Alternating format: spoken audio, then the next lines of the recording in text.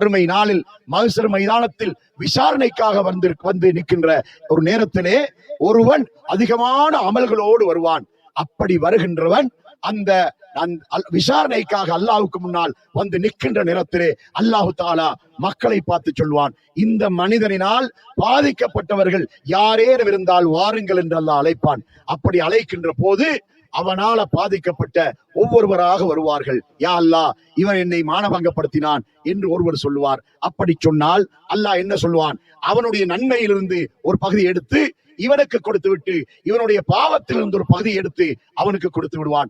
இன்னும் ஒருவன் வந்து அவனுடைய பாதிப்பை சொல்லுவான். அந்த நேரத்திலும் இவன் அவனுடைய நன்மையிலிருந்து எடுத்து இவனுக்கு கொடுத்து விட்டு இவனுடைய பாவத்திலிருந்து ஒரு பகுதி அவனுக்கு கொடுப்பான். இப்படியே கொடுத்து கொண்டிருக்கின்ற போது அவனுடைய நன்மைகள் எல்லாம் முடிந்துவிடும். இனி பாவங்கள் தான் மீதமாக இருக்கும். இந்த நேரத்துல யாரெல்லாம் பாதிக்கப்பட்டவர்கள் இன்னும் வருவார்களோ அவர்களுடைய பாவங்களை இவனுக்கு கொடுத்து விட்டு அவர்களை சுவர்க்கத்துக்கு அனுப்பி விடுகிறான். இவ்வளவு அமல்களை அதிகமாக சுமந்து வந்த இவன் நரகத்திலே எரியப்படுவான் என்று நபி ஸல்லல்லாஹு அலைஹி வஸல்லம் சொல்லி காட்டினார்கள். அதனால இந்த உலகத்திலே நாம் பிறரை பாதிப்புக்குள்ளாக்க கூடாது, பிறருடைய மனதை புண்படுத்தக்கூடாது, பிறருடைய உரிமைகளை பறிக்க கூடாது. அதன் மூலமாக நாம் எவ்வளவு நன்மைகள் செய்திருந்தாலும், எவ்வளவு தொழுதாலும், நோன்பு நோற்றாலும், எவ்வளவு சதகாக்கள் கொடுத்தாலும் நமக்கு சுவர்க்கம் செல்ல முடியாது, நரகம் செல்ல வேண்டி வரும் என்பதை நபி ஸல்லல்லாஹு அலைஹி வஸல்லம் அவர்கள் நமக்கு சொல்லி காட்டுகின்றார்கள். இந்த நரகத்துடைய வேதனையை பற்றி அல்லாஹ் தஆலா திருமறை குர்ஆன் 4வது அத்தியாயத்தின் 54வது வசனத்திலே சொல்லி காட்டுகின்றான்.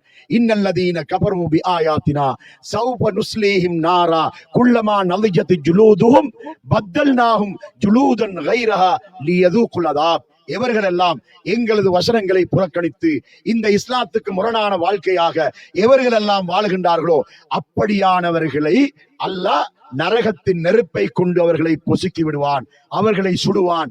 அப்படி குள்ளமா நலிஜத்து ஜுலூதுஹும், அவர்களுடைய அந்த உடல்கள் எல்லாம் அந்த நெருப்பிலே எரிந்து முடிந்து விட்டால் மீண்டும் மீண்டும் அவர்கள் வேதனை அனுபவிப்பதற்காக அந்த உடலை மறுபடியும் பழைய நிலைக்கு கொண்டு வந்து விடுவான். அல்லாஹ் இங்கே என்ன சொல்கிறான் என்றால், அதாவது ஒரு மனிதனுடைய உடம்பு எரிந்து விடுகின்றது. எரிந்து முடிந்ததற்கு பின்னால் அல்லாஹ் என்ன செய்கிறான், மீண்டும் அவனுடைய உடம்பை உருவாக்குகிறான், மீண்டும் எரிந்து விடுகிறான், மீண்டும் அவனுடைய உடம்பை உருவாக்குகிறான். இப்படி அல்லாஹு தாலா அவனுடைய உடலை தொடர்ச்சியாக அந்த உடம்பை உருவாக்கி அவனுக்கு வேதனையை கொடுக்கிறான். இந்த வேதனை எவ்வளவு காலம்? இந்த உலகத்திலே ஒருவன் பிழை செய்கின்றான், குற்றம் செய்கின்றான், அவனை நீதிமன்றம் விசாரித்து நீதிமன்ற தீர்ப்பு சொல்கின்றது, இவனுக்கு 20 வருடம் சிறை தண்டனை என்று தீர்ப்பு சொல்லுகின்றது. 20 வருடம் என்பது அவனால் தாங்கிக் கொள்ள முடியாத காலம் தான் அது. வாலிப வயதிலே போனவன் 20 வயது முடிந்து அவன் வெளியே வருகின்ற போது வயோதிபனாக வெளியே வருவான். வயோதிபனாக வந்தாலும் கூட சில வருடங்களாவது இந்த பூமியிலே வாழ்ந்து மரணிப்பான். ஆனா நரகத்திலே போடப்பட்டவன் இருக்கிறானே, அவனுக்கு அவனுடைய வேதனை அனுபவித்து ஒரு குறிப்பிட்ட காலம் வரையும் அனுபவிப்பான் என்று இல்லை. அவன் தொடர்ச்சியாக வேதனையை அனுபவித்துக் கொண்டே இருப்பான். அதுக்கு கால அவகாசம் இல்லை.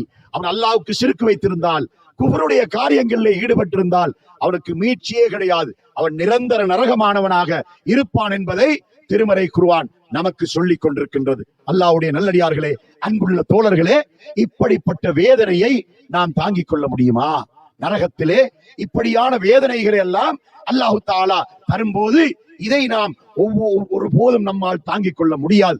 அதனால் நாம் அந்த நரகத்திலிருந்து நமக்கு விடுதலை தேவை என்று சொன்னால் அதற்கான 2 வழிகள் இருக்கின்றன.